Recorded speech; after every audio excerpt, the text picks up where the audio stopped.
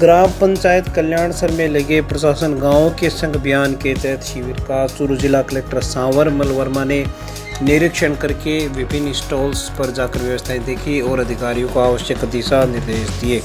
वहीं जिला कलेक्टर ने अधिकारियों से कहा कि गांव के अंतिम छोर पर बैठे व्यक्ति को सरकार की सारी योजनाओं का लाभ मिले, ऐसी व्यवस्थाएं होनी चाहिए। वहीं सरपंच विकास सारण ने जिला कलेक्टर की अगुवाई की। कार्यक्रम में विधायक मनोज मेघवाल भी मौजूद रहे। करीब 20 लोगों को पट्टा वितरण किया गया व अन्य योजनाओं के लाभार्थियों को भी प्रमाण पत्र प्रदान किए गए। सुजानगढ़ की वाल्मीकि बस्ती में सीवरेज योजना का कार्य शुरू हो गया है। नगर परिषद आयुक्त सोहनलाल ने बताया कि बस्ती में गंदे पानी की निकासी की समस्या का स्थायी समाधान होगा। वहीं बस्ती में क्षतिग्रस्त सड़कों की समस्या का भी समाधान होगा। साथ ही मच्छरों के प्रकोप से भी निकट भविष्य में मुक्ति मिलेगी। दूसरी ओर बीजेपी नेता गंगाधर लाखन ने भी बस्ती में सीवरेज कार्य शुरू करवाने के लिए आयुक्त का आभार प्रकट किया है। नगर परिषद कार्यालय के बाहर अतिक्रमण हटाए जाने सहित कुल 3 सूत्री मांगों को लेकर की जा रही मोहम्मद खलील दया की भूख हड़ताल समाप्त हो गई है। मंगलवार की शाम को किसान धरने के नेता कॉमरेड राम नारायण रुलानिया, जगदेव बेड़ा, महबूब बड़गुजर, एडवोकेट राम कुमार मेघवाल आदि मौके पर पहुंचे और भूख हड़तालकारी मोहम्मद खलील दया से वार्ता की। इस दौरान नगर परिषद सभापति प्रतिनिधि मोहम्मद इद्रिस कोरी, आयुक्त सोहनलाल भी पास में मौजूद रहे। वहीं धरने को समर्थन देने वाले बीजेपी नेता नरेंद्र गुजर काफी देर तक मौन बैठे रहे। धरने पर बैठे कुछ लोगों का कहना था कि हमारे बिना समझौता वार्ता कैसे हो सकती है, क्योंकि हमने शुरू से ही धरने में साथ दिया है।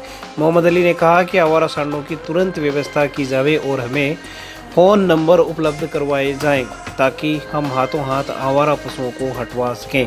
दूसरी ओर आयुक्त ने अतिक्रमणों को चिन्हित करने के लिए सर्वे के लिए समय मांगा। मोहम्मद इद्रिस कोरी ने कहा कि हर समस्या का समाधान बैठकर बात करने से होगा। दूसरी ओर मोहम्मद खलील दया का कहना था कि मेरे भाई अजीज दया ने जो कर दिया है वह मुझे मंजूर है और अजीज दया भूख हड़ताल समाप्त करने के पक्ष में थे। समझौता वार्ता पर सबने हस्ताक्षर किए, लेकिन बीजेपी नेता नरेंद्र गुजर ने कहा कि मैं वार्ता में शामिल नहीं हूं, इसलिए हस्ताक्षर नहीं करूंगा। नगर परिषद में मूर्ख बना रही है। दूसरी ओर आयुक्त सोहनलाल, रफीक किची आदि लोगों ने भूख हड़तालकारी मोहम्मद खलील दया को जूस पिलाकर धरना समाप्त करवाया।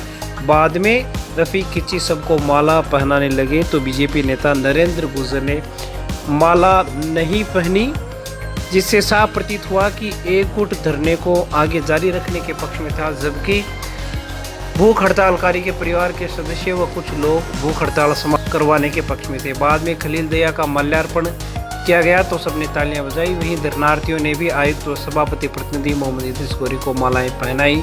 इस दौरान अनेक लोग मौजूद रहे। भूख हड़ताल समाप्त होने से पूर्व कई बार वातावरण में गर्मागर्मी भी हुई।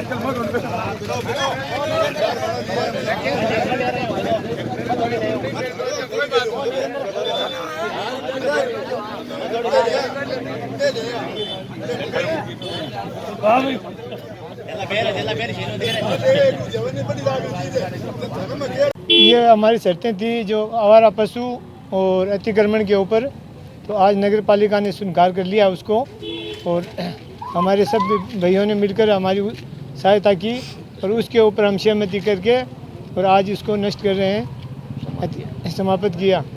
मैं इसलिए कर रहा हूँ कि जो आज 10-12 दिन से चल रहा है हमारा धरना और उसके ऊपर हमें सभी साथियों ने साथ दिया, जो किसान भाइयों ने और हमारे सभी मोहल्ले के वासियों ने, उसका मैं तहे दिल से स्वागतम करता हूँ। नगर परिषद द्वारा लंबे समय से बेसहारा गौवंश के लिए शिकायतें प्राप्त हो रही थी। इस संदर्भ में नगर परिषद की टीम द्वारा पिछले 5 दिनों से लगातार गौवंश को नियंत्रण छुड़ाने की कार्रवाई की जा रही है।